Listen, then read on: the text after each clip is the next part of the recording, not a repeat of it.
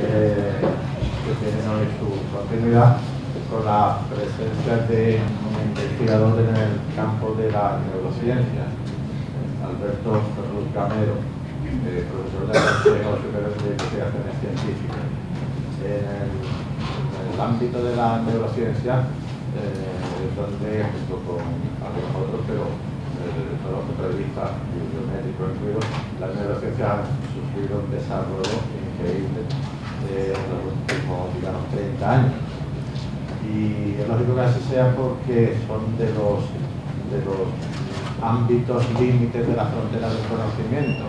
Uno sería el origen del universo, el origen de la vida, el otro es el dualismo mente-cerebro, o sistema nervioso mental y pensamiento, o conciencia y sus sustratos neurobiológicos. Nuestro invitado de hoy viene con un background, con unos conocimientos enormes en la materia, porque especialmente su equipo trabaja en el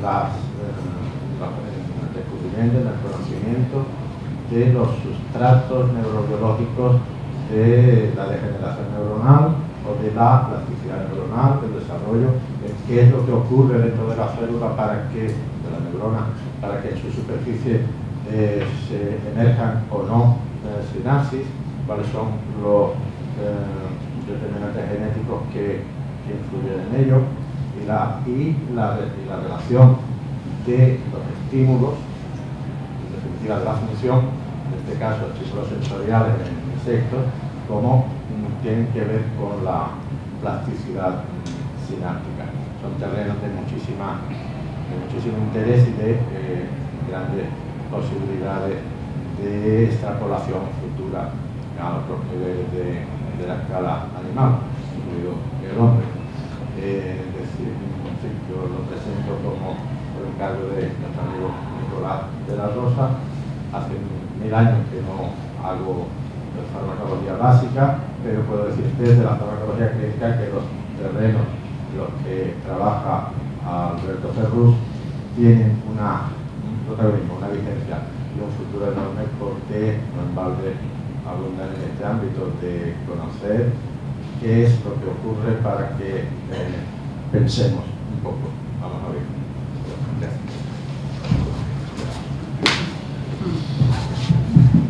Muchas gracias, Javier, por tus amables palabras, y sin duda alguna debo comenzar por agradecer al programa de las presencias científicas en la universidad la buena idea que han tenido en no en traerme a mí, sino en crear precisamente este programa. Y digo buena idea porque es un reflejo más de algo que es necesario decir en voz alta, y es que la ciencia también es cultura, o si se dice de otra forma, la cultura sin ciencia no es cultura completa. Y hoy vamos a hablar precisamente de el órgano en nuestro cuerpo que produce esa cultura. Es este. Esto es el cerebro, tal como lo tenemos más o menos dentro de nuestras cabezas todos los que estamos en esta sala y todos los seres humanos que pueblan la Tierra. Es una estructura que, cuando se hace referencia a ello, es muy frecuente utilizar datos numéricos cuyo destino no es otro que abrumar a la audiencia.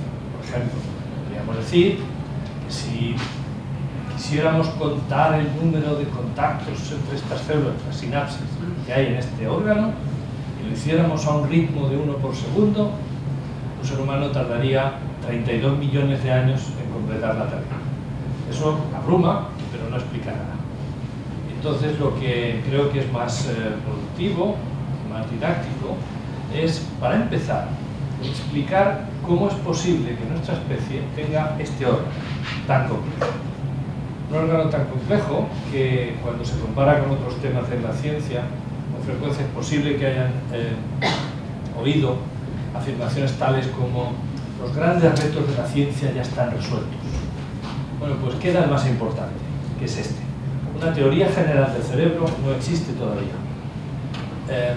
Dicho esto, cualquier orador que les hable sobre esta estructura y cómo funciona debe empezar con una nota de humildad, y es que casi con toda seguridad la mayor parte de las preguntas que todos tenemos en la cabeza sobre cómo funciona este órgano y las consecuencias de su actividad probablemente no se pueda responder aún.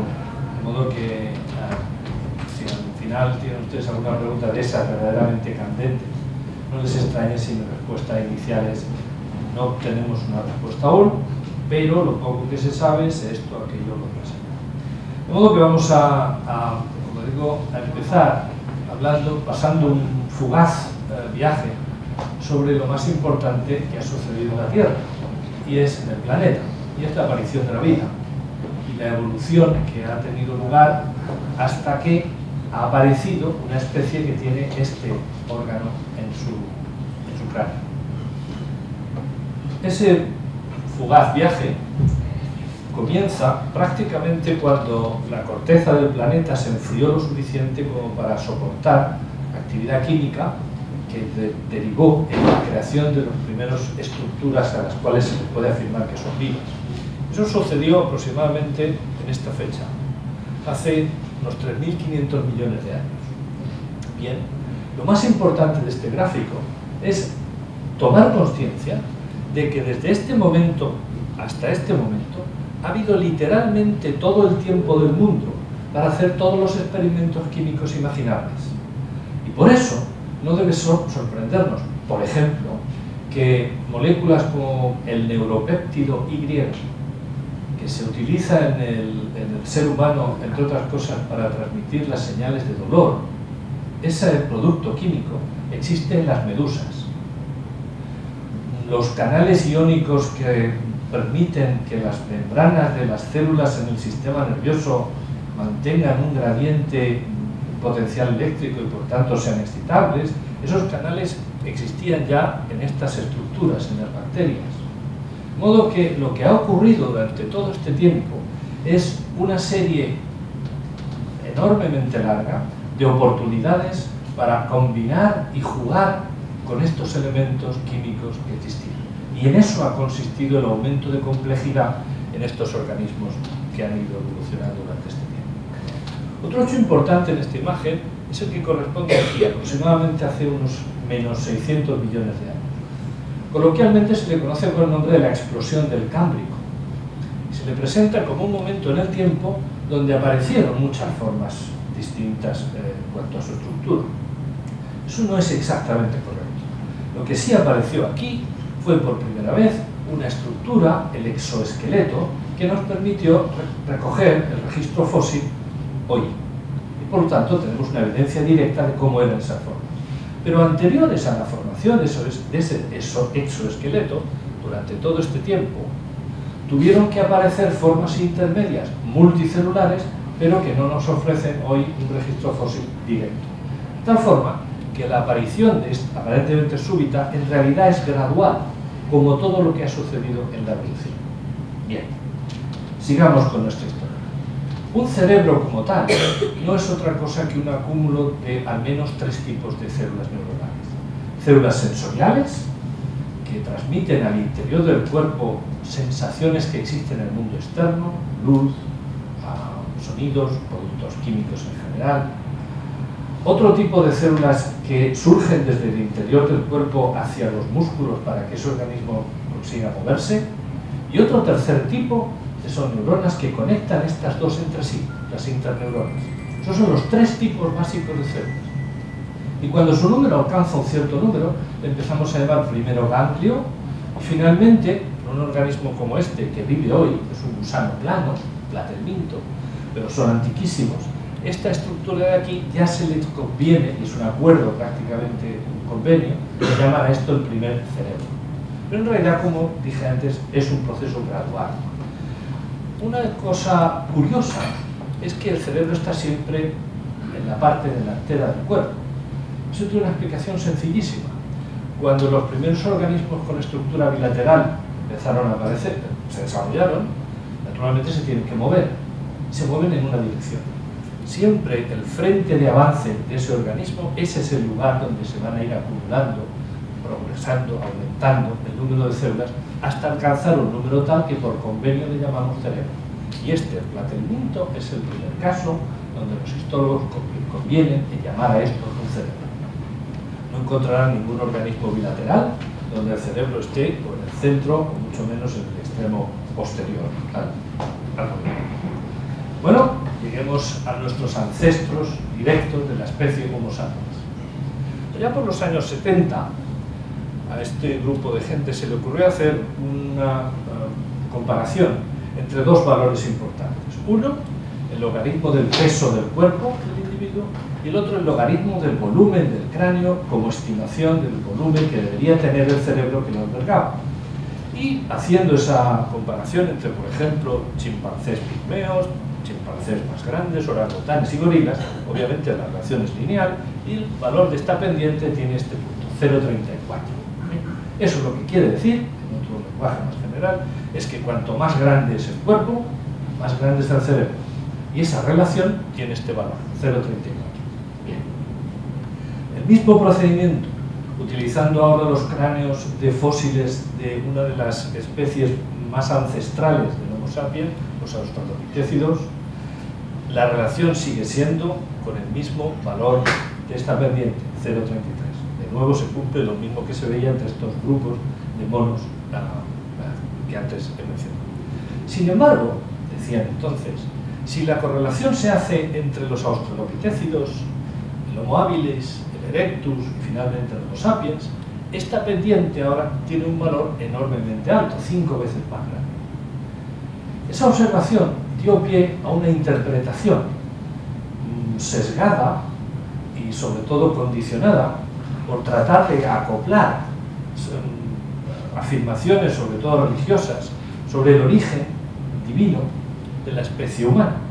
Y la tesis que pretendía resolver el asunto estaba clara. Si bien es cierto que el hombre actual desciende de estas otras criaturas, hay un linaje especial, algo sucedió, Edo divino, lo puso aquí y construyó un linaje especial que inexorablemente acaba aquí, en nuestra especie, en el Homo sapiens.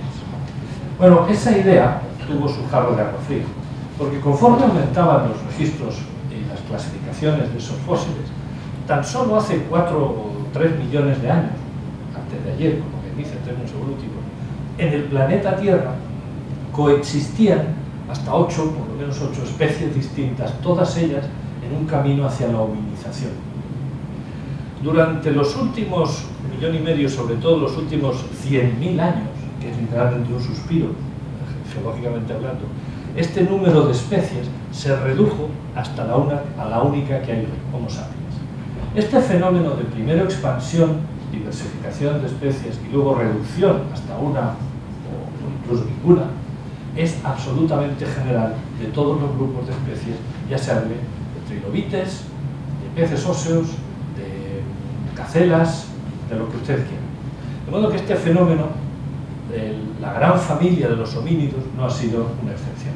Y eso explica hoy por qué hay una sola especie en lugar de haber 3, 4 o 3.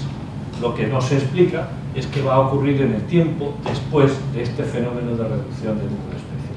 Pero ya tocaremos ese instante, ese asunto electoral.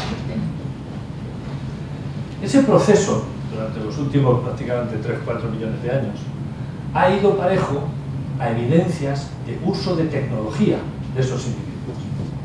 Y los antropólogos comparativos hablan de 4 modos. El modo 1, que es el uso de estos fragmentos de piedras rotas al azar. El modo 2, que es el uso de fragmentos hechos a propósito, puliendo ya las dos caras. Estos son los aspectos que se supone que tenían los clientes que utilizaban este tipo de tecnología. Finalmente, la creación del modo 3 y el modo 4, esos son los 4 grandes familias de tipos de usos tecnológicos que se pueden registrar en el registro fósil.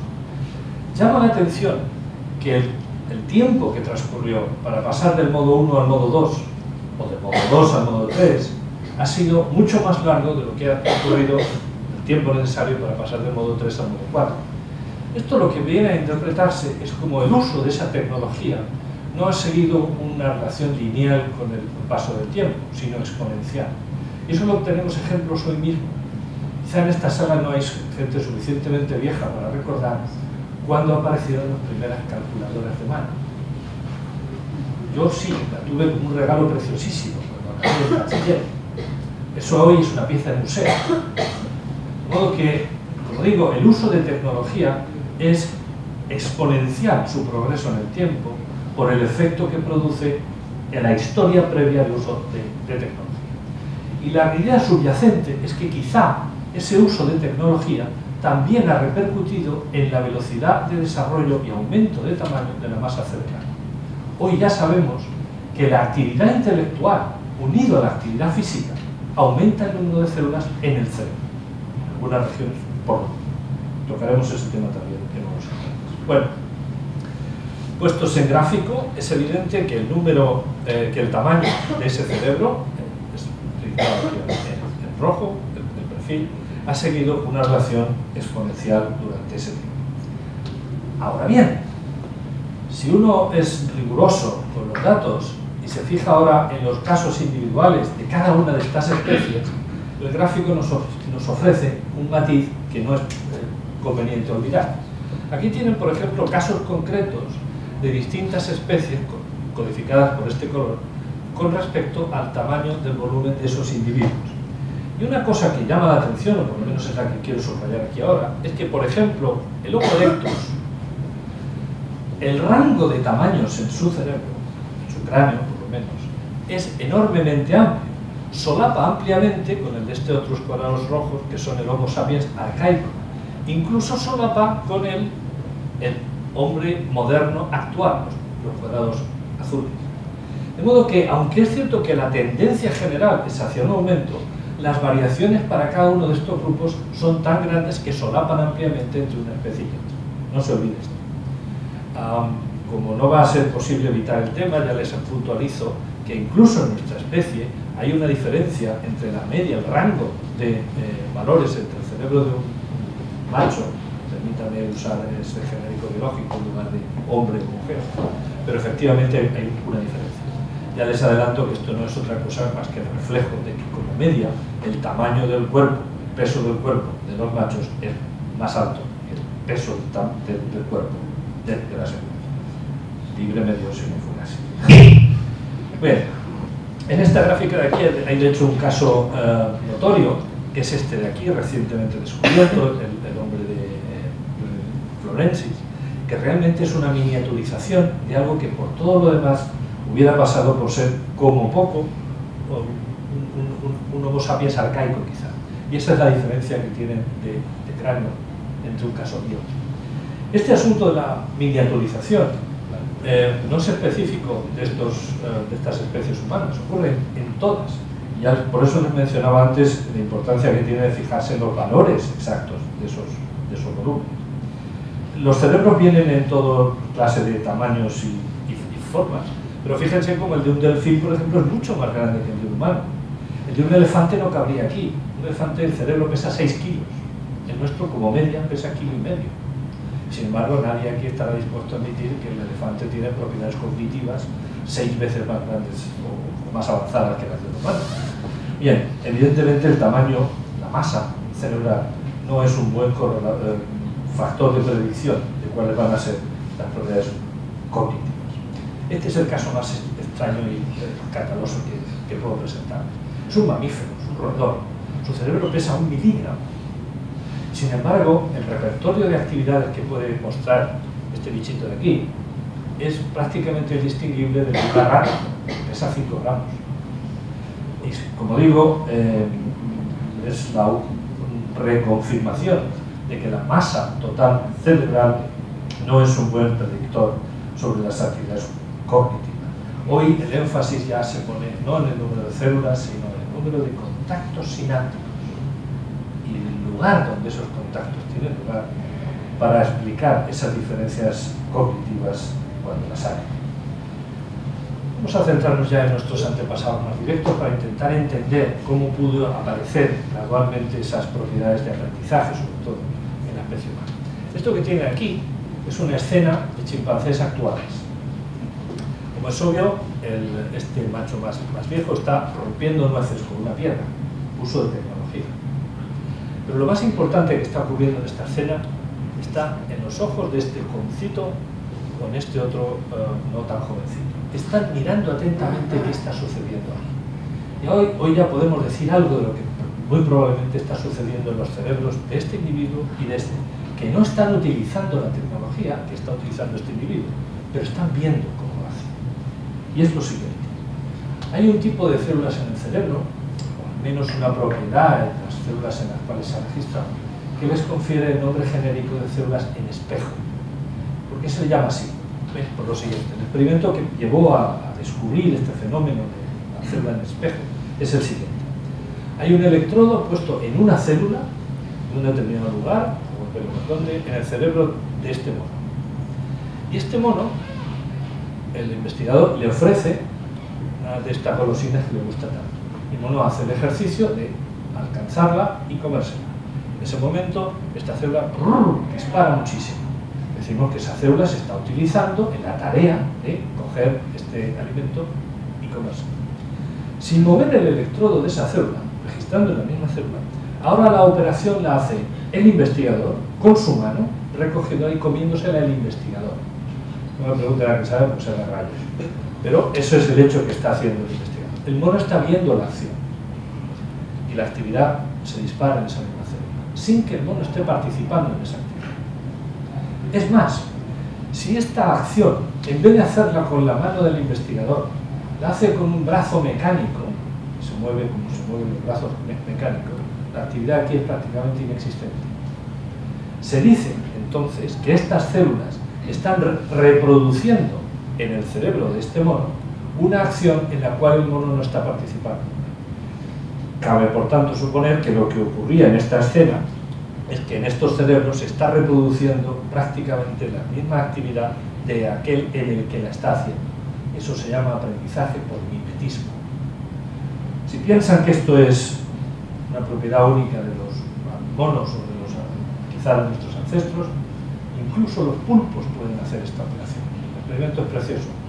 En una jaula de cristal, dividida por otra pared de cristal, un pulpo recibe una pelotita de colores, se espera que haga un cierto tipo de actividades, entonces recibe un premio. Mejillón, para que se lo ponga. El pulpo de al lado no recibe nada, ni nada por el estilo, pero está viendo. Acto seguido, al pulpo virgen, pulpo que no se le ha tocado nada, se le ofrece esa misma pelotita. Inmediatamente reproduce la misma actividad que vio que en su vecino seguía de un premio, sin haber tenido ningún entrenamiento. Eso es un claro indicio de un aprendizaje por mimetismo, simplemente por ver lo que está sucediendo. Y probablemente esta reproducción, esta representación que sucede en este cerebro es una forma de aprendizaje sin participar directamente. Esto podría explicar sin duda la expansión tan rápida que los usos tecnológicos pueden tener entre grupos de individuos. Pero para que esos grupos de individuos tengan esa transmisión por mimetismo, tienen que estar juntos.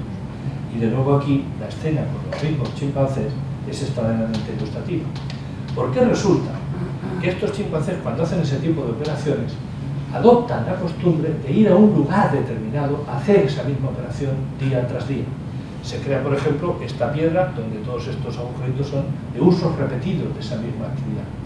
Y por tanto se empiezan a crear los primeros vínculos sociales, una especie de concierto de actividades que requieren concurrir varios individuos a un mismo lugar.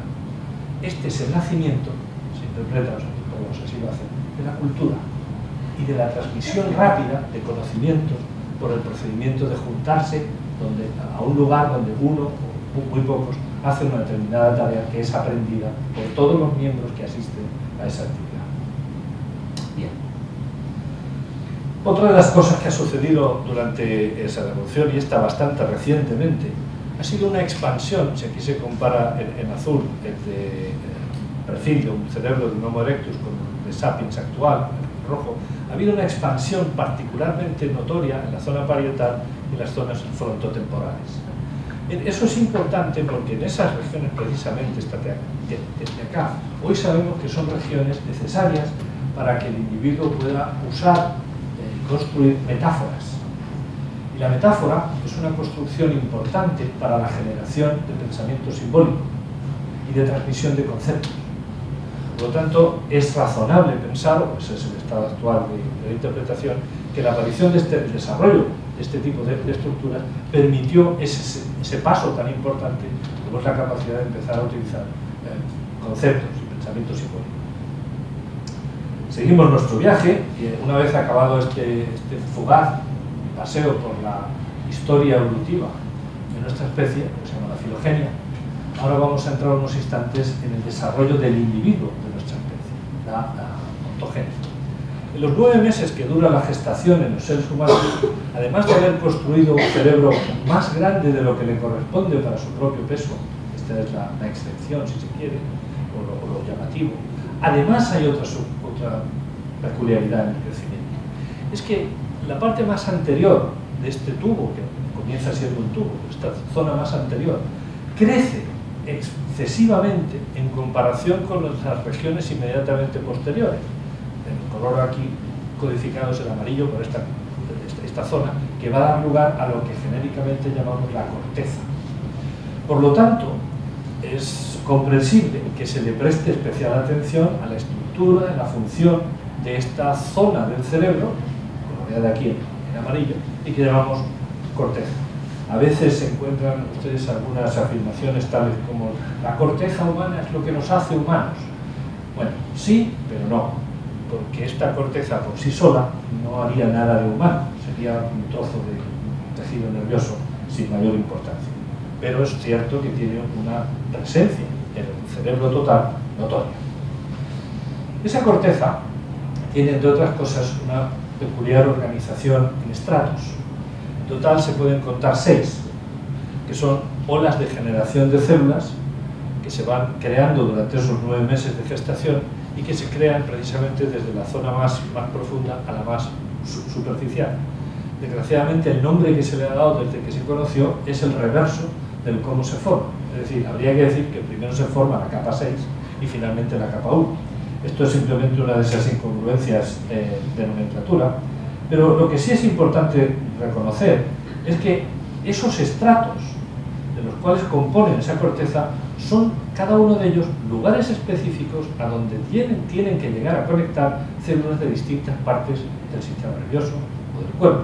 Por ejemplo, los dígitos de la mano tienen que llegar aquí, a la capa 4. Aquí a la capa 6 viene del tálamo, aquí a la capa 5 de los ganglios basales, y así sucesivamente. Quiero dar énfasis a este asunto, porque cuando hablamos, por ejemplo, de que a fulanito se le ha hecho un trasplante de mano y le ha encajado perfectamente, ya casi la usa normal. Bueno, lo que se le estaba pidiendo a ese organismo es que reprodujese la conexión fina hasta el estrato correspondiente a la corteza, en este caso. Claro, eso es impensable, eso no pasa. De modo que a veces hay que andarse con cuidado en la interpretación de cómo de exitoso fue este trasplante. Es sorprendente que tenga ahora una mano y que pueda coger un vaso, pero no le piden que toque el piano, por ejemplo. Y otros muchos ejemplos que se pueden hacer. Sigamos con esta historia, porque el asunto de las capas, cuando se hace un análisis comparado, nos permite ver en su contexto evolutivo qué es lo que ha significado eso.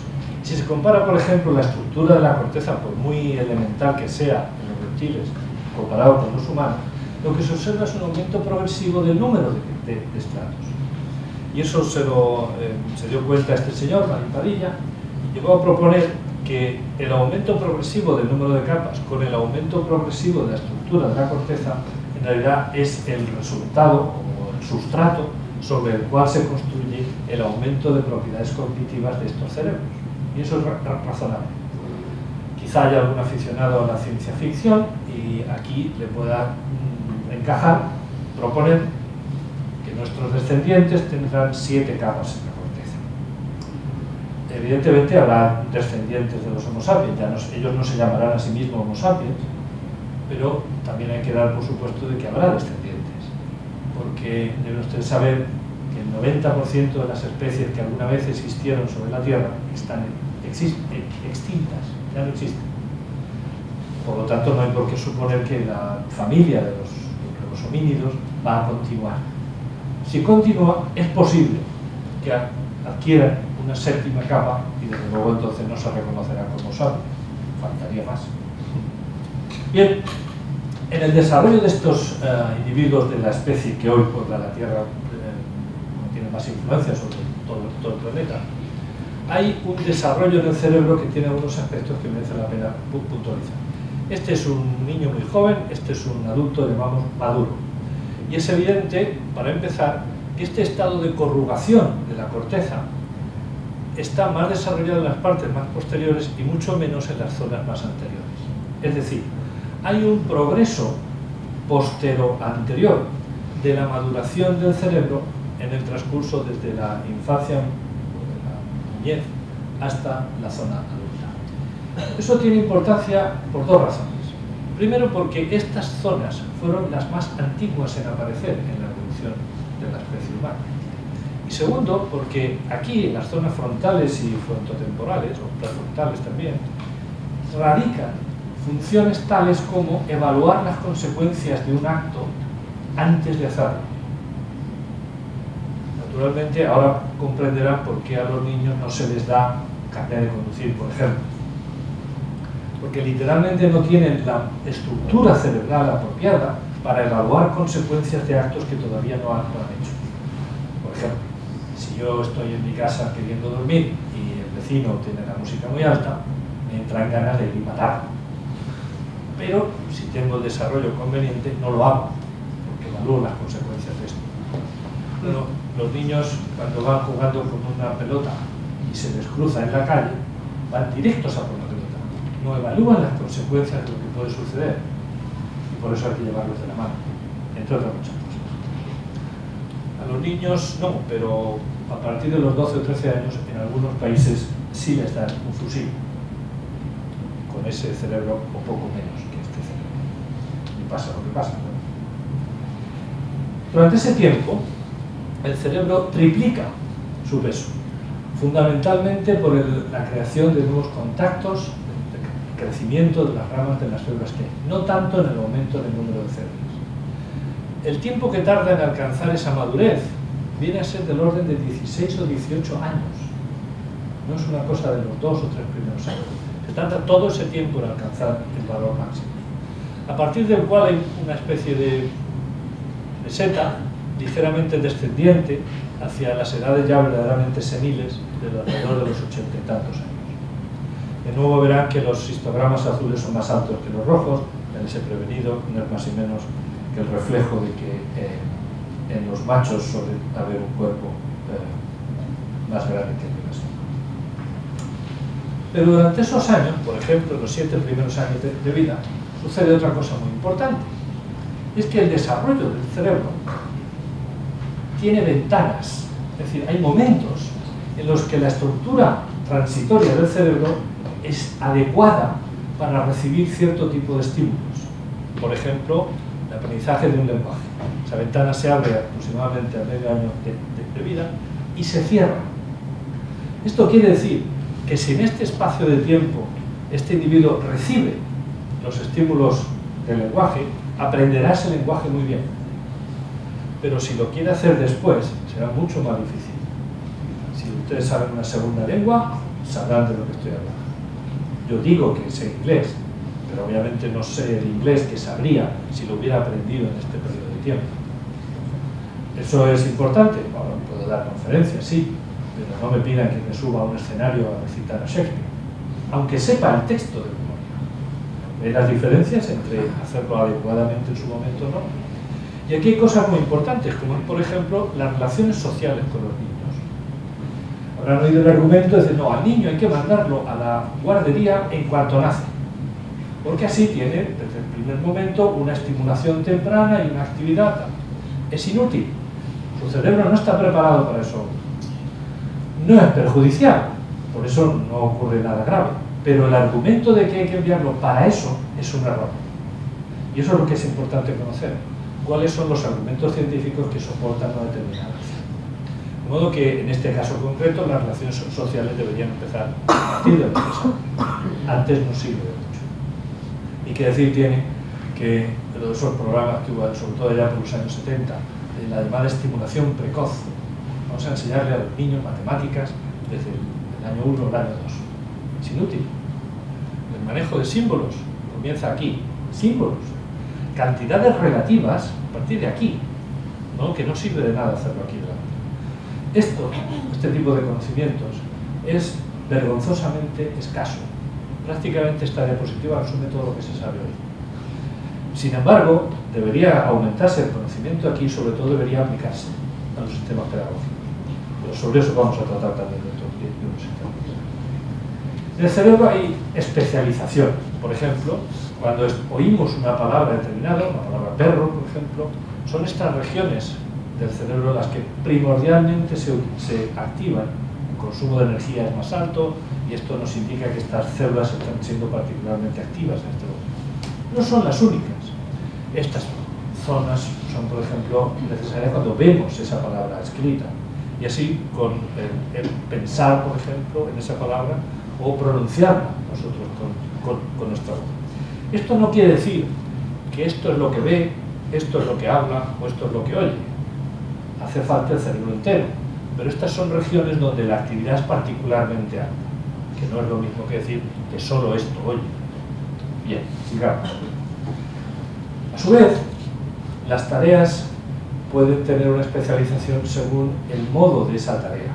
Por ejemplo, aprender una lengua nueva, cuando uno es un experto o un principiante, hace falta el cerebro entero. Pero estas son regiones donde la actividad es particularmente alta, que no es lo mismo que decir que solo esto oye. Bien, sigamos. A su vez, las tareas pueden tener una especialización según el modo de esa tarea. Por ejemplo, aprender una lengua nueva, cuando uno es un experto o un principiante, requiere una actividad alta en las zonas prefrontales, ciertamente en las zonas que procesan sonidos, porque hacemos el esfuerzo de tratar de entender lo que significa este sonido de esta palabra que nos están diciendo. Pero cuando ya somos expertos en esa tarea, otras regiones distintas toman el mando en el tipo de actividad que se está haciendo y naturalmente con una intensidad más baja. En lenguaje coloquial habrán quizá oído esta expresión: uy, esto lo tengo ya chupado, no me cuesta esfuerzo. Esta es la visualización activa en el cerebro de esa frase. De modo que esa especialización regional tiene a su vez una modulación según, en este caso, el nivel de complejidad de esa tarea. A su vez, en el cerebro hay un orden en las conexiones, de tal forma que no es el caso de que se manden conexiones en determinado lugar y luego allí, de alguna forma misteriosa, la información se crea y se conduce a determinada región. No, en cierto orden. Por ejemplo, en la retina, las células en posición más nasal o las en posición más temporal proyectan en el tectum las temporales en la zona anterior y las nasales en la zona posterior. Lo mismo sucede en los ratones con los pelillos del bigote, en varias estaciones a través de él. Ese orden es algo que ve, eso es un dato. Y la pregunta siguiente es: ¿tiene esto consecuencias funcionales si cambiásemos ese orden? Vamos a verlo. Este fue un experimento genial de Roger Sperry que le valió el premio Nobel. No, esto hay más cosas, ¿sabes? El experimento es el siguiente. A una rana se le corta la retina y se le gira 180 grados. Se le vuelve a implantar y las células regeneran. Porque no, regeneran según su identidad. Decíamos antes que la deposición más nasal iba a la zona posterior y las temporales a la zona anterior. Eso sigue sucediendo en estas células, pero ahora, llamémosle malvado investigador, la ha girado 180 grados. Bien, van a sus sitios según su identidad. Y la cuestión ahora es: ¿y cómo ve el mundo esta rana? Al contrario de los cuentos de niños, las ranas no hablan, y aunque le des un beso. Pero a la rana se le puede preguntar esa misma pregunta, ¿cómo ve el mundo?, de una forma indirecta. Es decir, las ranas tienen hambre en algún momento. Se le enseña su alimento preferido, una mosca, en esta posición, arriba. Observación: la rana lanza la lengua, suponemos que para cazar, con un error de 180 grados. Es evidente que esta rana estaba viendo esta mosca aquí. Luego, alterar la posición relativa, en este caso de la retina, ha cambiado nada menos que la representación del mundo dentro del cerebro de esta rana. Y Y el asunto conceptual es importante, porque al fin de cuentas lo que venimos a decir es que en el cerebro de todo organismo hay una representación del mundo. Y lo único que hace falta es que esa representación sea coherente a lo largo de los distintos escalones de proyección del individuo y que sea coherente con el comportamiento que ese individuo hace con respecto al mundo. Podría ser de otra forma, es decir, nosotros vemos las flores de un color muy distinto de como lo ven los insectos, supongo que las ranas también lo verán de otra forma distinta, pero con tal de que haya coherencia dentro de este sistema y su relación con el mundo exterior, el sistema sobrevivirá, se reproducirá y evolucionará. Si esa coherencia se interrumpe, como en el caso de la rotación, esta rana se habría muerto de hambre porque no cazaría nunca y desaparecería. Más asuntos importantes donde de nuevo el malvado investigador introduce su mano.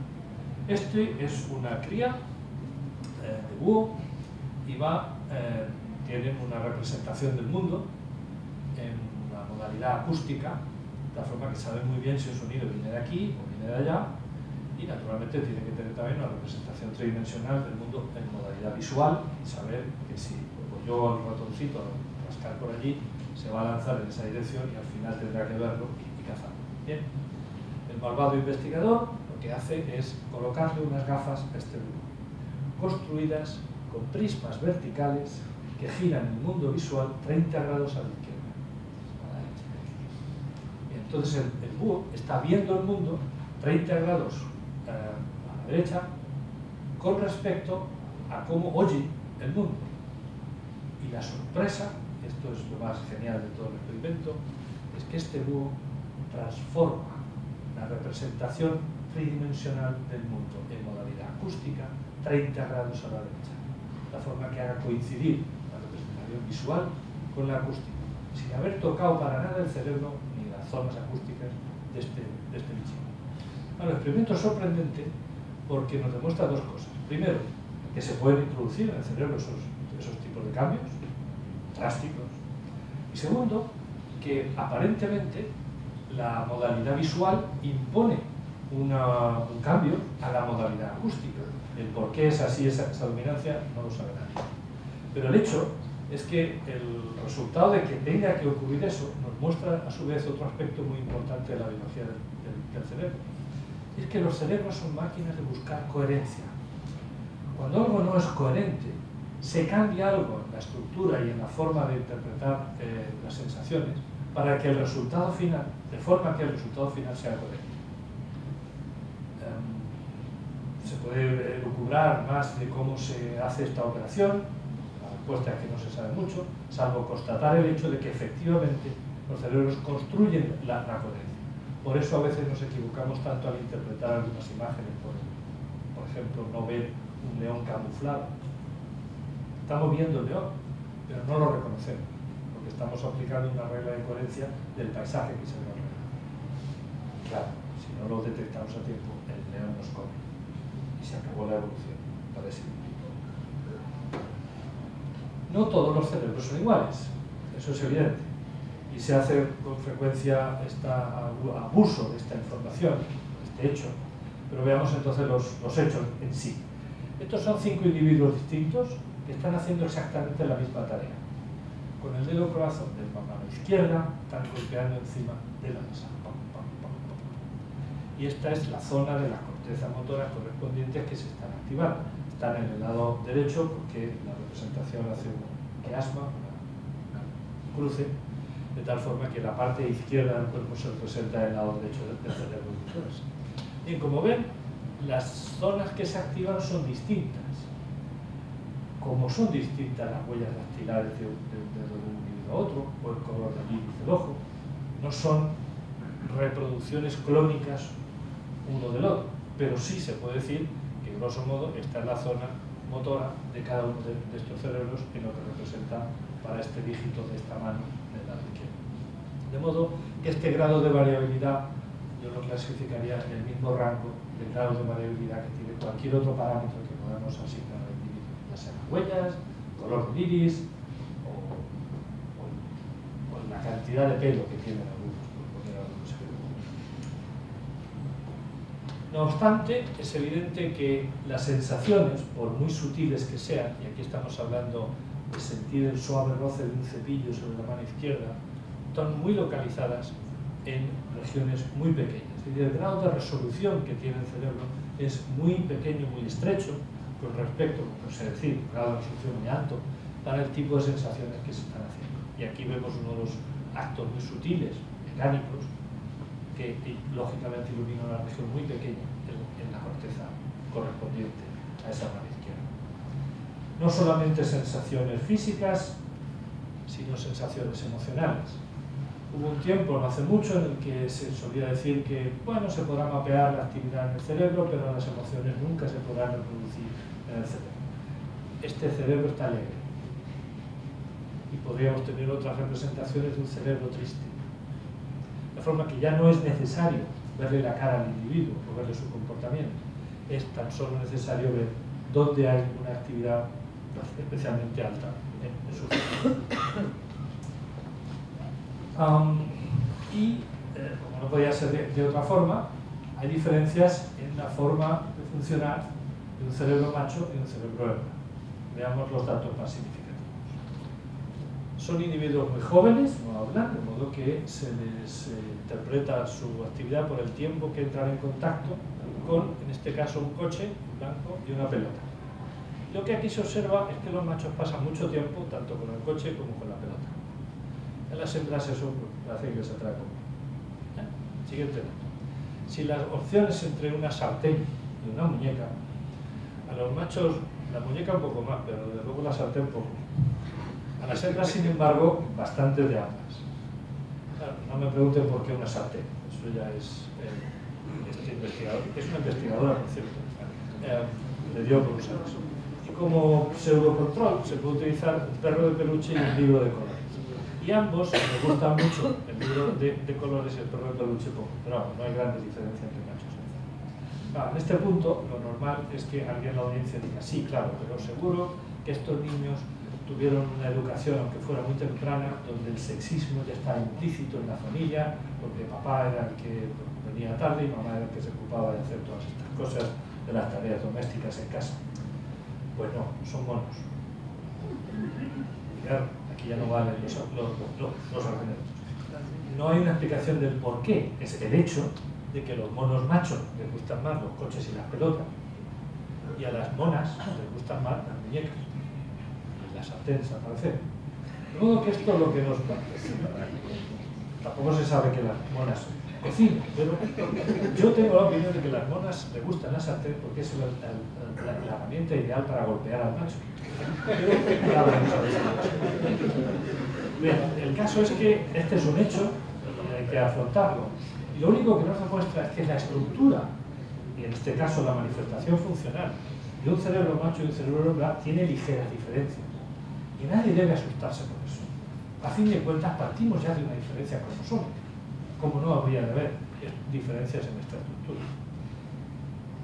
Donde sí hay diferencias y donde el asunto ya tiene connotaciones sociales evidentes es en este tipo de experimentos. Aquí ya son ratas, pero machos y hembras se han separado en dos grupos. Unos que crecen en un ambiente rico desde el punto de vista sensorial, hay muchos estímulos diversos, luces, colores, sonidos, objetos a los que tocar, y otros que crecen en un ambiente empobrecido en diversidad de sensaciones.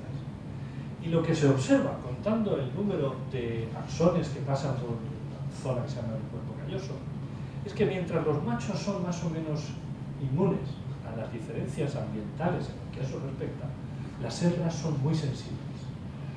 En el sentido de que en un ambiente rico crecerán, desarrollarán más células, y en un ambiente pobre desarrollarán muchas menos células, que en este caso superarán a los machos, en este caso irán por debajo.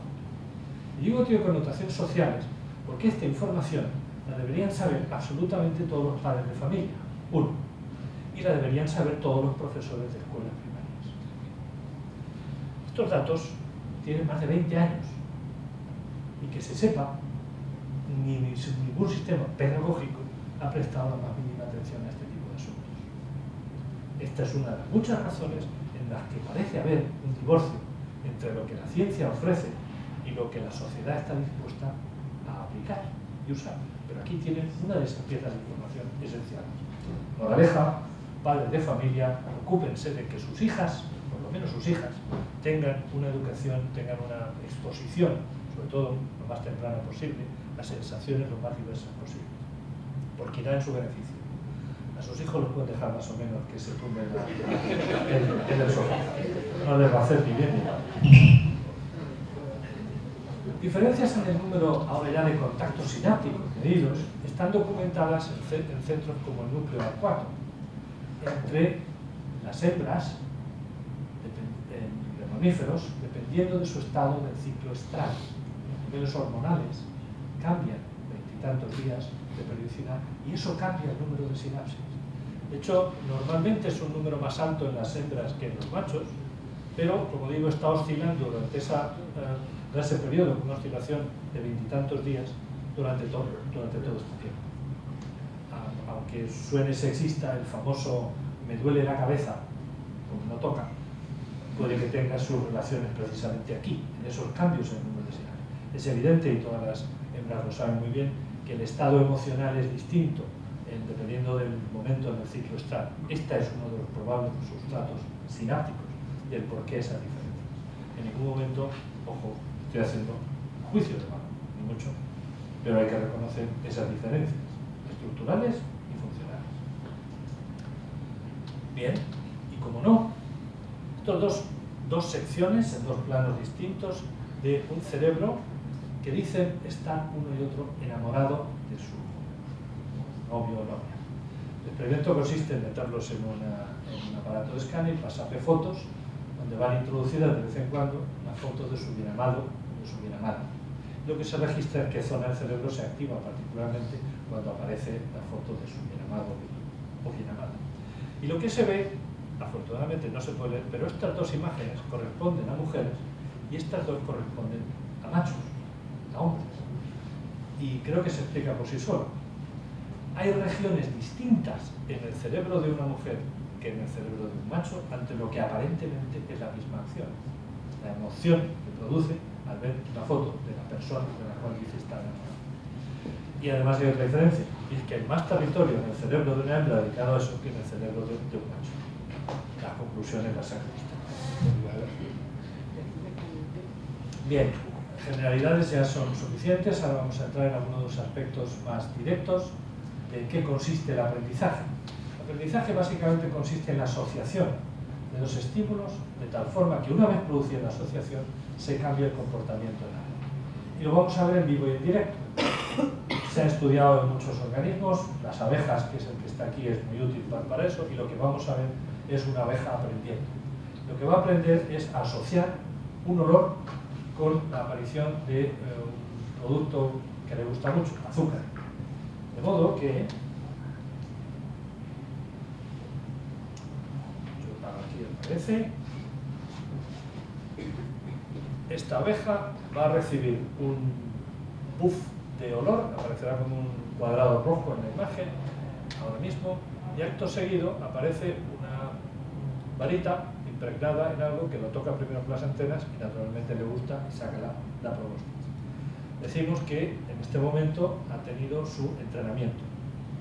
Lo que va a suceder ahora aquí es que a esta misma abeja le va a aparecer el olor en el cuadrado rojo, pero ahora sí producto, y mira lo que hace, inmediatamente extiende la proboscis sin que aparezca el azúcar.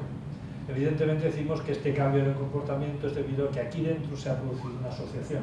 La abeja estaba esperando que una vez que se presentó el olor, inmediatamente después apareciese el premio. Bien, pues eso es lo que sucede en nuestros cerebros cuando aprendemos. Hasta el punto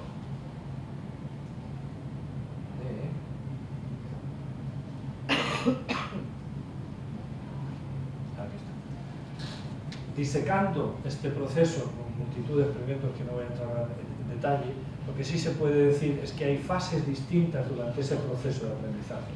Y hoy sabemos, por ejemplo, que es lo que llamamos la memoria de corta duración, que es simplemente cambios en la actividad de la sinapsis, hasta este periodo intermedio que es muy interesante porque es la zona resistente a la anestesia. Es decir, si recibido justamente el entrenamiento, hubiéramos anestesiado a esta abeja con frío, por ejemplo, la memoria no se hubiera consolidado. Y lo que está sucediendo cuando se anestesia al individuo es que se impide el transporte neuronal a lo largo, desde la sinapsis hasta el cuerpo celular. Más adelante hay otro periodo que requiere más tiempo y se requiere una síntesis de proteínas. Luego, si se inhibe la síntesis de proteínas, la memoria no se consolida. De forma que todo este proceso, que es una serie concatenada de submecanismos, está hasta cierto punto conocido, y al conocerlo es posible pensar en diseñar métodos para aumentarlo cuando se ha perdido o aumentarlo a partir de los niveles basales. Ya se empieza a hablar incluso de píldoras de la memoria. Entonces, en definitiva, que van a facilitar la aparición de estos procesos, sobre todo este de acá. De momento, mi recomendación es que no se lo crean del todo, no vayan a comprar esos productos, esperen unos años más hasta que haya algo realmente eficaz. Por el momento, lo único que hay para aprender es estudiar. Tómense la lección como quieran. Esto que estoy hablando de las relaciones que ocurren en esa fase del aprendizaje tiene un sustrato ahora ya subcelular en el cual está sucediendo. Este perfil que estoy perfilando acá es el de lo que se llama una espina dendrítica. Es decir, es una parte de la célula que protruye del perímetro de la célula, y sobre esta espina recibe la conexión, en este caso de 1, 2, 3, 4, 5, 6, más por aquí, y en este caso muchas, lo normal es que sea una, como mucho dos, terminaciones presinápticas. De forma que una sinapsis, el punto de contacto entre las células donde se están hablando, es precisamente un punto como este. Lo vemos en microscopía electrónica como esto, una zona electrodensa. Conocemos la familia de proteínas que hay aquí, aproximadamente 100 proteínas distintas. Hay pequeñas vesículas que contienen neurotransmisor en el elemento presináptico, que alrededor de este punto se fusionan con la membrana, vierten su contenido y son recibidas por los receptores moleculares a estas sustancias en la membrana de la célula postsináptica, y al hacerlo transforman momentáneamente el microambiente de esta zona de la célula postsináptica y generan, entre otras muchas cosas, una corriente que se transmite a lo largo del perímetro de esta célula. Muy brevísimamente resumido, eso es lo que sucede. Aquí lo tienen con mayor detalle aún. Estas son las vesículas, algunas están preparadas, preancladas a la membrana, salvan este espacio intercélulas y activarán aquí en esta otra célula su correspondiente efecto por la unión molecular de ese receptor, de ese ligando, por ejemplo, acetilcoína, con su correspondiente receptor. Aquí tiene otra forma de verlo en otra imagen de criofractura. Esta es la estructura a la cual me estoy refiriendo. Estas son las pequeñas vesículas del elemento presináptico. Verán que hay una estructura, que se ve mejor aquí, que son estas de acá, que existen tanto en el elemento postsináptico como en el elemento presináptico. Estos son mitocondrias. Llama la atención que prácticamente toda la sinapsis se encuentra una mitocondria. ¿Por qué? Por dos razones. Primero, aquí se consume energía y aquí tienen que fabricarse ATP. Pero además, estas mitocondrias son estructuras, son almacenes de calcio. Tienen que secuestrar inmediatamente el calcio y guardarlo en algún lugar. Y estos son los reservorios de calcio para hacerlo. Y el calcio tiene que ser secuestrado porque, aunque es una señal, es decir, aumenta transitoriamente la concentración de calcio al abrir estos canales en la superficie de esta membrana, aunque eso pasa, ese calcio hay que quitarlo inmediatamente del medio. Porque si sube a partir de cierta concentración o perdura en el tiempo a partir de cierto tiempo, el citoesqueleto colapsa. Por tanto, colapsaría todo esto, toda esta estructura. Pero además hay otro hecho muy interesante. Cuando hablamos de enfermedades neurodegenerativas, pensamos que es un trastorno que le ha producido a la célula. Comienza aquí, en las mitocondrias. Un defecto en el metabolismo mitocondrial conduce muy frecuentemente a un colapso progresivo de sinapsis y, por tanto, a una degeneración de las neuronas. Y como requieren tantas mitocondrias, es por eso que esos defectos metabólicos, donde primero tienen su manifestación, es en el sistema nervioso, no en el muscular, por ejemplo, sino aquí. De modo que muchas enfermedades neurodegenerativas en realidad son enfermedades mitocondriales. Brevísimamente, porque el tiempo se ha alargado mucho, pero voy a darles un flash de lo que ocurre en un terminal sináptico cuando hay una transmisión sináptica. Es que esa despolarización abre estos canales de calcio, que son sensibles al estado eléctrico de la membrana. El calcio, que es más abundante fuera, fluye dentro, transitoriamente sube la concentración, y la presencia de este calcio aquí hace que estas vesículas se fusionen con la membrana y viertan su contenido al exterior. Hay neurotransmisión. Cuando se aprende, lo que, entre otras cosas, ha sucedido es que ha habido, no voy a entrar en cómo se aprende por la coincidencia de actividad de esta sinapsis con la llegada de un estímulo a lo largo de este axón. Lo que ocurre aquí es que la actividad iónica encargada de contrarrestar la apertura de estos canales, que era una corriente en sentido contrario de potasio, estos canales se han fosforilado y por tanto retrasan su apertura. Al retrasar su apertura, estos pueden estar abiertos más tiempo. La cantidad de calcio que entra aquí es más alta que en esta situación. Y como consecuencia, la cantidad de vesículas que se fusionan y que neurotransmiten es mayor. Esta es la diferencia entre una sinapsis que no ha aprendido y esta que sí ha aprendido. Aprendido significa la concurrencia de estos estímulos de este momento. Naturalmente hay muchos más procesos, los que no voy a tocar ahora. Voy a pasar de esto porque si no, aunque era muy bonito, ya se lo puedo imaginar. El número de sinapsis que hay en el cuerpo, en las células, es verdaderamente galáctico. Tan galáctico que incluso si uno se pusiera en la enorme tarea de contarlas en algunas neuronas solo, sería un error estratégico. Porque además ese número cambia. Cambia, por ejemplo, en situaciones, en este caso, de malformaciones congénitas por trisomía 21, por ejemplo. Cambia entre las neuronas de un individuo, de la corteza visual de un individuo que ve y de otro que es ciego. Cambia con la edad, estas son neuronas viejas, lo que se ha perdido sobre todo son sinapsis, no tanto células. Aquello que nos contaban en el colegio de que una noche de juerga equivale a 5.000 neuronas, nadie las ha contado nunca, tranquilos. Lo que sí es cierto es que bajo ciertas condiciones de estrés, de intoxicación o de edad, lo que se pierden son contactos sinápticos.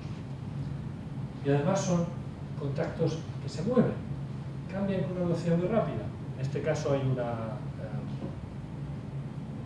visión de un ratón de un mes, y en el transcurso de unas horas la sinapsis se ha retraído. Este es el tema en el que nuestro laboratorio trabaja. Les puedo decir que una sinapsis tarda en construirse o en deconstruirse como mucho 24 horas. Se suele decir que cuando uno asiste, pues eso, a una conferencia, el número de sinapsis, de tal forma que si se eleva la cantidad de ese producto, se puede multiplicar por 2 el número de sinapsis en neuronas identificadas. Incluso se puede hacer en neuronas que sean viejas. Las neuronas, en el caso de Drosophila, son muy viejas porque tienen 50 días de edad. Quizá no lo puedan apreciar muy bien, pero ya les digo que de esta zona que corresponde a esta imagen o de esta zona que corresponde a esta imagen son células, grupos de células que están prácticamente vecinas, pero la intervención genética de subir la cantidad de PI3K solamente se ha hecho en estas de acá, en la zona C, y se puede ver que la ultraestructura de estas células es mucho más saludable en este tipo de células que en estas que son vecinas, aunque ambas tienen la misma edad cronológica, 50 días. El sistema parece además estar conservado en ratones, por lo menos, y en células humanas de neuroblastoma, ¿no? Que hay ciertas esperanzas de que esto se pueda algún día aplicar. Las cosas, sin embargo, se pueden torcer en la vida normal. Cuando uno ve esto, le debe entrar miedo, porque esto es una placa de Alzheimer. Un cerebro que empieza a acumular placas de estas es un cerebro que está en el proceso de convertirse en un cerebro de Alzheimer.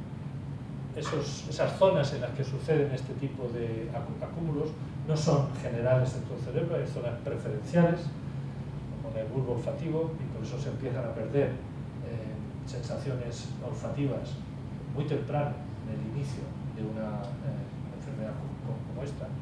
Si alguna vez les dan a oler un café y no lo huelen, no se alarmen, eso pueden ser cambios transitorios, pero si no huelen, por ejemplo, un escape de gas en su casa, o o no huelen el café durante semanas y semanas, a pesar de que se lo ofrecen, deben ir a que les vean, porque algo ciertamente no va del todo bien. No necesariamente tiene que ser Alzheimer, pero es un asunto que hay que vigilar. Este es un cerebro de Alzheimer. Si recuerdan la primera imagen sobre un cerebro normal, observarán que estas zonas frontales y temporales están profundamente degeneradas por comparación a las más posteriores. El que degenere estas zonas son la causa de que el individuo no pueda formar memorias, el hipocampo es muy importante en esta estructura, y que pierda el reconocimiento, incluso de cosas tales como cómo se llama su mujer, o cómo se llama su hijo. Son estas zonas frontotemporales donde esa identificación tiene lugar, y con esta destrucción es lógico entender por qué se pierden esos conocimientos. Fíjense que las zonas de visión, por ejemplo, están perfectamente normales, no tienen pérdida de visión ninguna, no tienen problemas en el movimiento, el cerebelo está perfecto y otras regiones internas también, pero estas zonas, como digo, son las principalmente afectadas en esos casos. Bueno, ya es suficientemente tarde, ya están suficientemente cansados, ahora es el momento de hacer un experimento con ustedes, si están dispuestos a hacerlo. ¿Alguna oposición? No tengan miedo, no les voy a decir si tienen Alzheimer o no. Pero voy a aprovechar este experimento para contarles una información que es importante sobre cómo funciona el cerebro. Lo que quiero que hagan es que miren ese punto que hay en la pantalla fijamente. No cambien la visión de ahí. ¿Alguien vio una araña? ¿Todo el mundo? ¿Alguien vio una flor? Enhorabuena. ¿No? ¿Quién dijo que no? ¿Tú no? ¿No? ¿No viste la flor? Bueno, tranquilos, no es grave. Había efectivamente media araña y media flor. Y lo que quiero contarles es lo siguiente. Hay casos drásticos, sobre todo con ataques de epilepsia generalizada, donde la única intervención posible es hacer lo que se llama la transección del cuerpo calloso, que es una zona que comunica el hemisferio derecho con el hemisferio izquierdo, con miles y miles de axones por ahí. Entonces, ahora el malvado cirujano tiene que abrir, cortar por aquí. Este individuo normalmente ya no tiene esos ataques epilépticos generalizados, hace una vida que llamamos normal. Pero hay algunas diferencias. Lo que tienen que saber es que los dos ojos proyectan sus imágenes tras un quiasma, de forma que lo que entra por el ojo derecho va a la zona visual izquierda y lo mismo en el ojo izquierdo va a la zona visual derecha.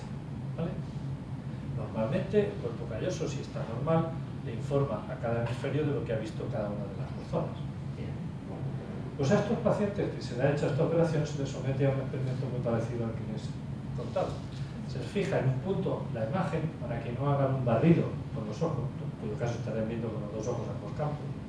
Les da un flash de corta duración para evitar que haya ese barrido. En este caso se le presenta la palabra en inglés corazón, pero palabra que está compuesta del pronombre personal él y el sustantivo arte. Y ahora se le pregunta a este paciente, ¿qué palabra ha visto? Dice arte. No ha visto corazón, no ha visto él, ha visto arte. La pregunta es, bueno, quizá no ha visto la otra mitad, la palabra él. Se dice, ahora levante con la mano izquierda, controlada por el hemisferio derecho, la palabra que ha visto sobre este panel donde están las dos por separado. El brazo izquierdo se levanta ¡pum!, a la palabra él. Pero si usted dijo que no había visto él, pues me he levantado aquí. ¿Qué ha pasado aquí? Nos ha pasado esto. El centro principal del lenguaje está en el hemisferio izquierdo. El hemisferio izquierdo ve lo que ve el ojo derecho. Por tanto, lo que he hecho es que esta persona ha sido capaz de decir que ha visto aquello que le ha entrado por el ojo derecho, en su caso arte. El suyo hubiera sido araña. Y la cuestión es, ¿no ha visto lo que entró por este ojo? El pronombre él, en su caso la flor, que la ha visto este hemisferio. Bueno, pues sí la ha visto, pero no es consciente de que lo ha visto.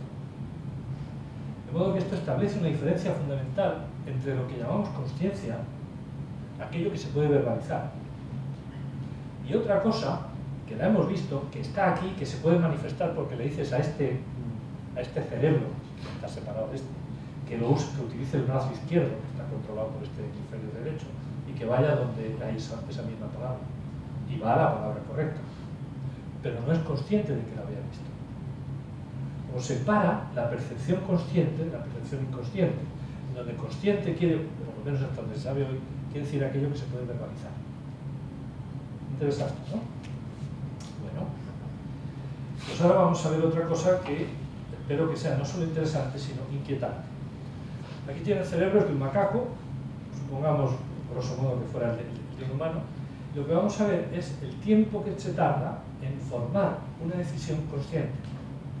Imagínense que usted es un paparazzi, fotógrafo paparazzi, están subidos al árbol con la cámara puesta a ver si sale su actor favorito, el bañador o no, y está mirando por el objetivo. Entonces, en el momento en que lo ven, tiene que transcurrir algo de tiempo hasta que ustedes aprieten el dedo del disparador. Vamos a ver cuánto tiempo.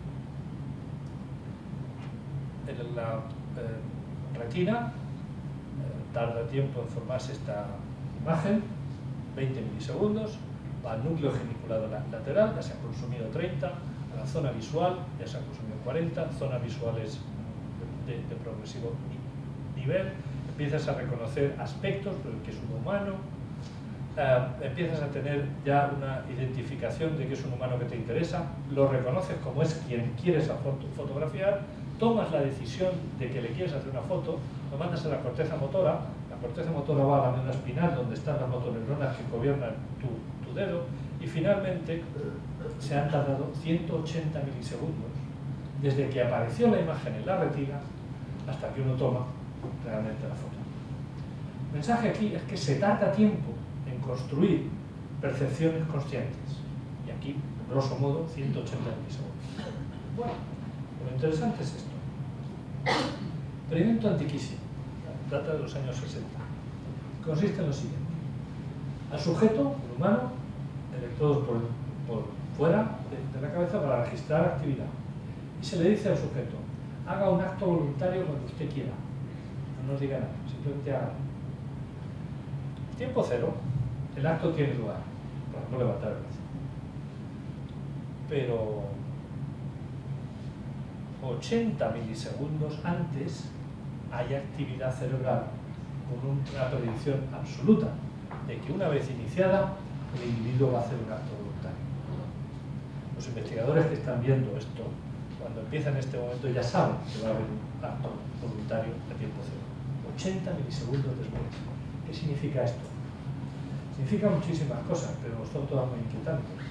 La cuestión es, si este es el momento en que el individuo toma la decisión consciente, libre, de decir, ahora voy a hacer un acto, ¿cómo llamamos a esta actividad que le precede? ¿Preconsciencia? ¿Quién toma esa decisión? De modo que espero que estén lo suficientemente inquietados porque no hay respuesta a esto hoy. Solamente se interpreta hoy que se tarda en construir la percepción consciente de algo que ya está en marcha, se tarda 80 milisegundos. Es decir, vivimos 80 milisegundos de retraso con respecto a todo. Esta conversación que está teniendo lugar aquí lleva 80 milisegundos de retraso, como mínimo. ¿De acuerdo? Pero claro, hay más connotaciones. ¿Dónde está el acto voluntario? ¿Dónde está el libre albedrío? Cuestiones totalmente abiertas, no hay respuesta aún. Estas son conversaciones mantenidas con jueces del Tribunal Supremo. Tuvimos una reunión para este tema y sí, son conscientes de que todas estas cosas son incógnitas. Pero esto es un hecho científico. 80 milisegundos les puede parecer nada, pero en neurobiología eso es mucho tiempo. Una sinapsis tarda 1 milisegundo en funcionar. Aunque había tiempo para 80 y no están en línea, están en paralelo. De modo que esto es muchísimo tiempo, pero sobre todo es un tiempo del cual no somos conscientes. La cuestión, como digo, es cómo se genera esto. En definitiva, ya con esto cierro. Espero que ahora entiendan por qué en el título de esta charla utilicé la palabra máquina. Una máquina que piensa, pero una máquina que tiene cuentas. Sustrato siempre es material. Y además, no somos conscientes de buena parte de la funcionalidad de nuestro cerebro. Espero que con esto les cambie muchas sinapsis durante los próximos días. Muchas gracias.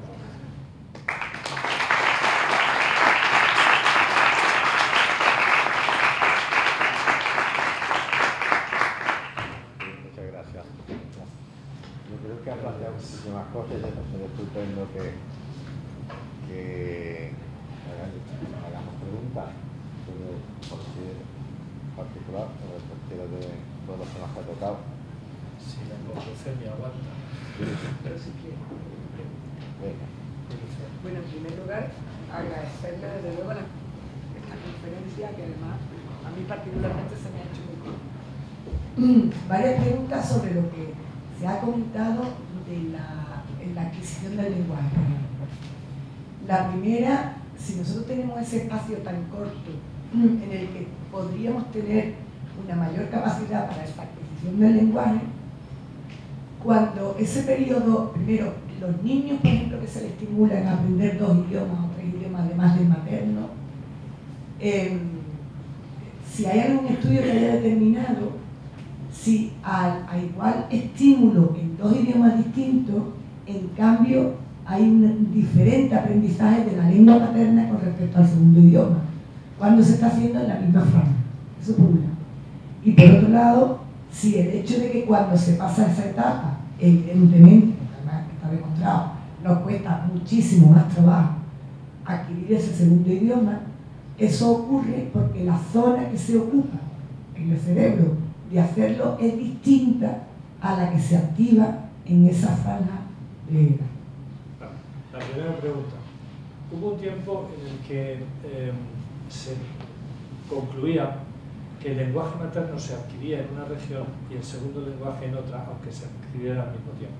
Sin embargo, repasando esos datos con más detalle, uno ve que es muy difícil encontrar casos de niños, sobre todo, donde la madre haya sido verdaderamente bilingüe y haya utilizado el bilingüismo, o sea, igual tiempo a dirigirse a su niño en un lenguaje o en otro.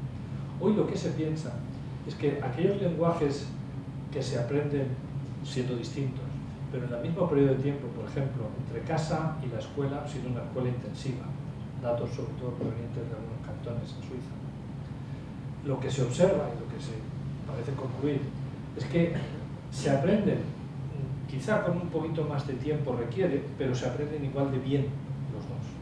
O sea que hay sitio en el cerebro, capacidades, para adquirir por lo menos 2, y alguien piensa que incluso más, lenguajes a la vez.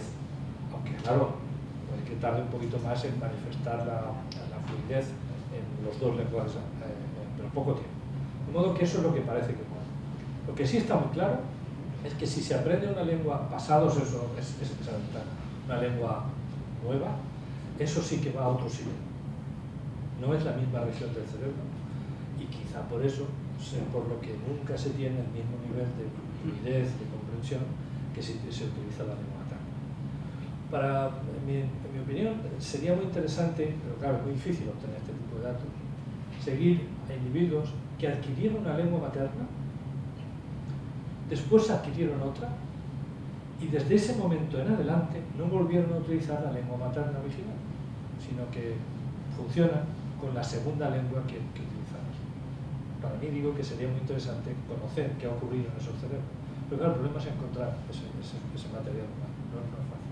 Pero lo que parece a día de hoy, por lo menos, seguro, es que la segunda lengua, si se aprende después de esa ventana, va a otro sitio, se utiliza en otras regiones, pero que también parece que si se aprenden 2 a la vez en el momento adecuado, caben en la misma zona. Simplemente las neuronas hacen más sinapsis y más ramificación, no más allá de eso. Y luego otra más, nada más. Yo tenía entendido que, por ejemplo, actividades como la escritura y la lectura iban absolutamente ligadas. Normalmente cuando tú eres capaz de escribir, eres capaz de leer y viceversa. Pero sí es cierto que también he conocido algún que otro caso que después de una lesión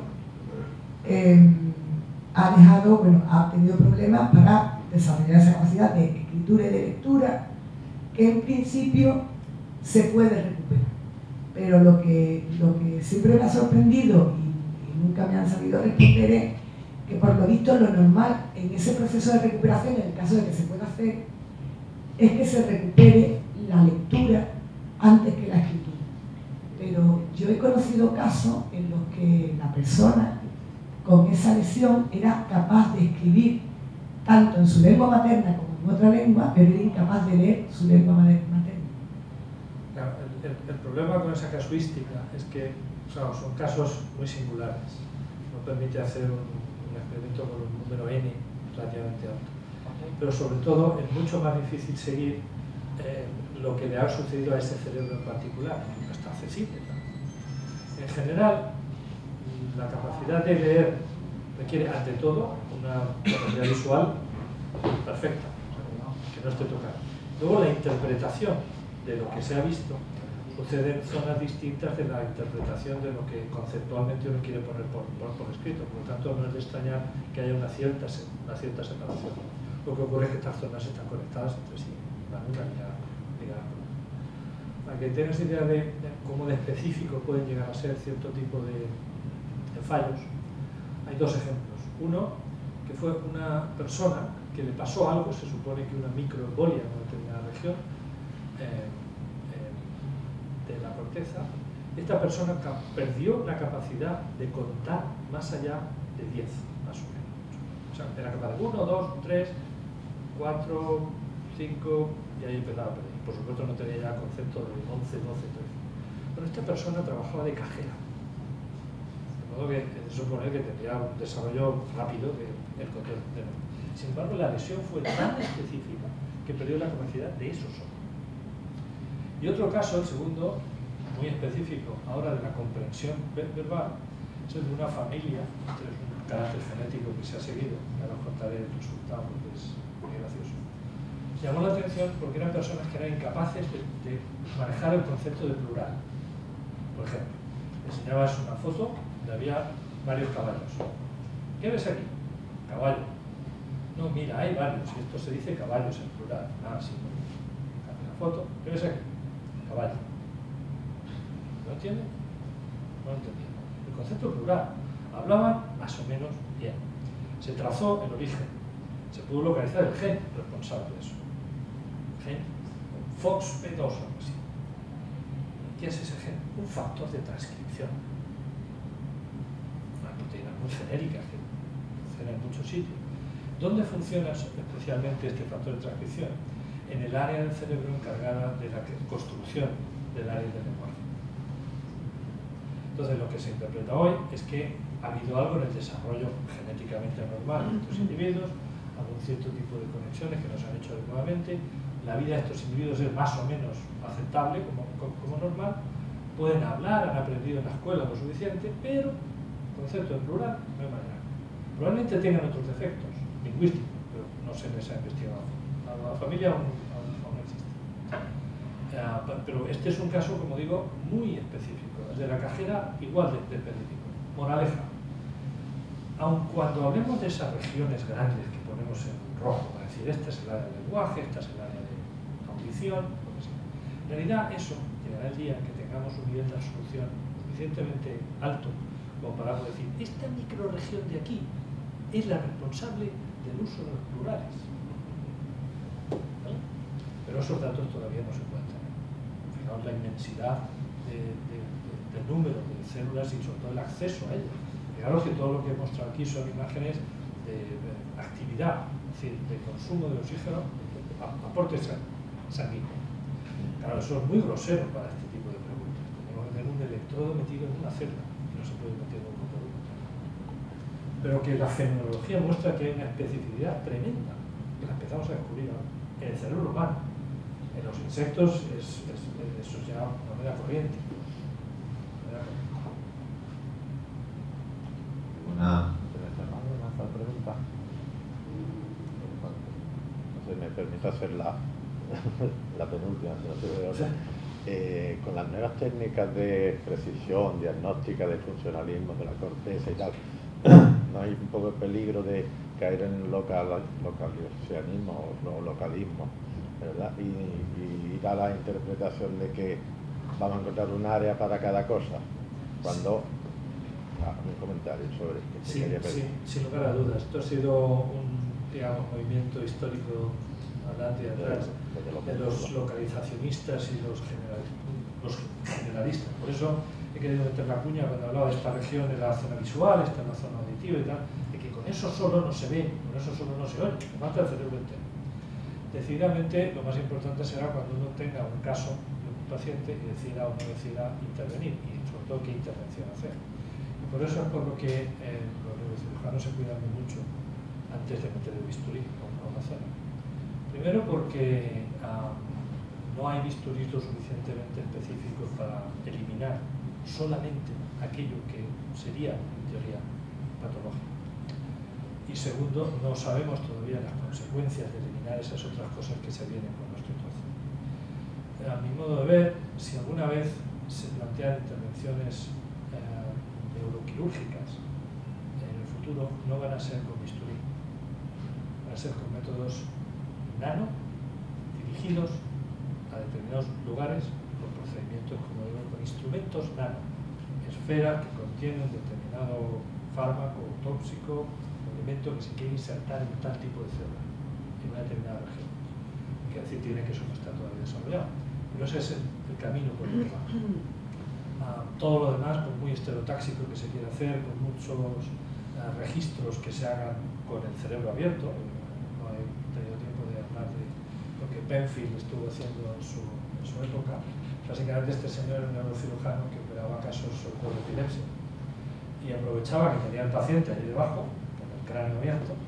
En el cerebro no hay receptores de dolor, afortunadamente.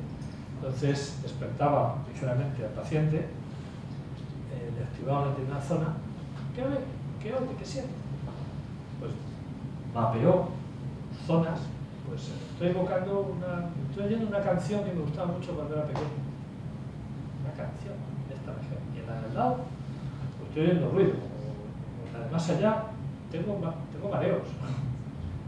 Sitios de equilibrio. En fin, localizaba cosas muy específicas, pero ahora sí con puntos relativamente finos, porque era un electrodo. Pero claro, eso no se puede hacer muchísimo menos a escala general. Y luego un bisturí no arranca una neurona. Un bisturí arranca millones de neuronas. De modo que esas cosas futuras irán sin mal por esa vía, con las nanoherramientas. Aún así, antes de eso habrá que reunir ese conocimiento de cuáles son las consecuencias en el conjunto del cerebro, consecuencias funcionales, de eliminar o de modificar algún cierto tipo de neuronas. Que os hagáis una idea, este tipo muy brevemente mencionado que podemos cambiar el número de sinapsis en moscas. Bueno, pues la pregunta está clara, ¿y por qué no sube la sinapsis en todo el cerebro? Sí, se puede hacer, es letal. O no basta con tener más de todo, hay que saber dónde hay que poner más y dónde hay que poner menos, para que el resultado final sea coherente. En este caso, un exceso de sinapsis es letal, si se hace entonces realizar. Los problemas de especificidad de las actuaciones parece que es la última o penúltima, ¿no?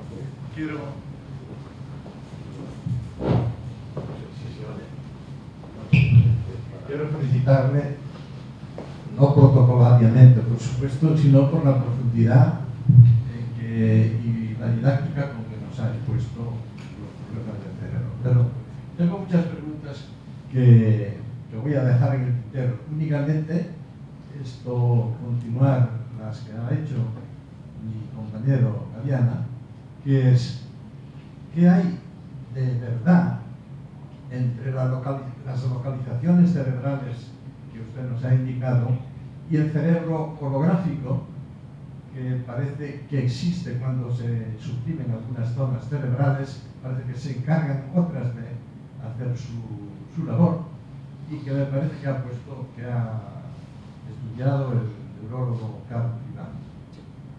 Pero el asunto subyacente a esto es que, si bien hablamos de que las imágenes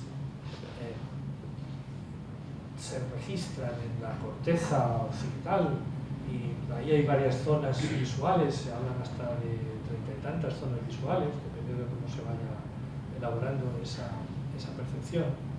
El problema es que no sabemos todavía cuál es el código por el cual la imagen de su cara, por ejemplo, se está almacenando en mi cerebro como tal.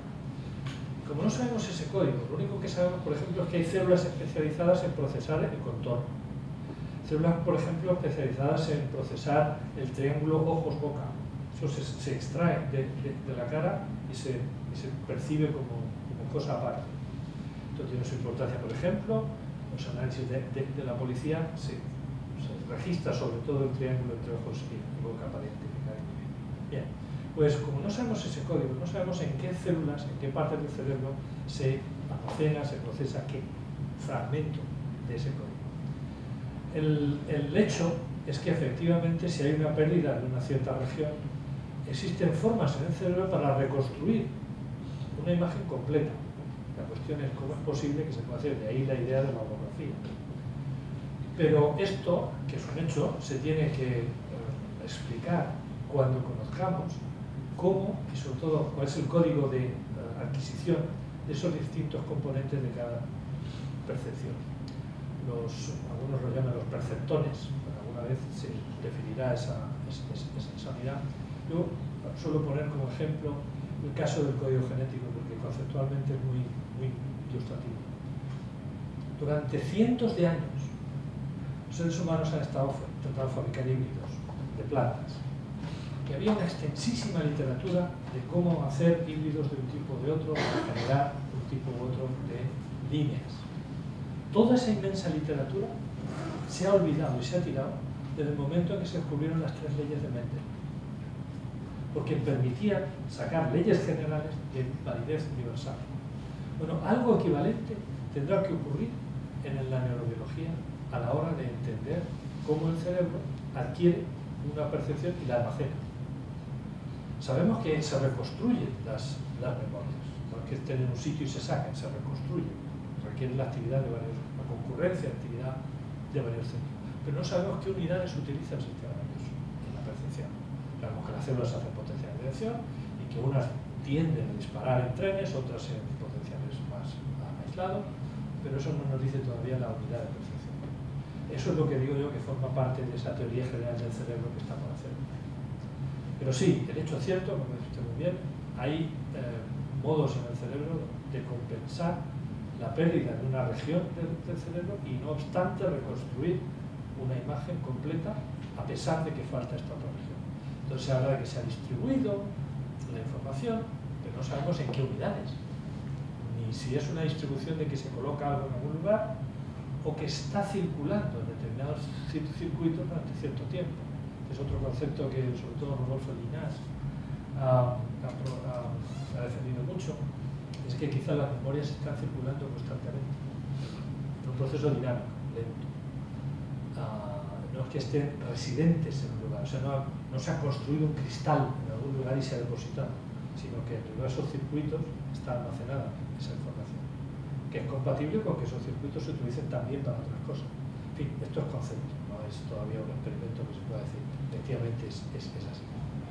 Pero por ahí van los tiros dentro de la supina ignorancia en la cual hay que reconocer. Si me permite una última pregunta, no es necesario.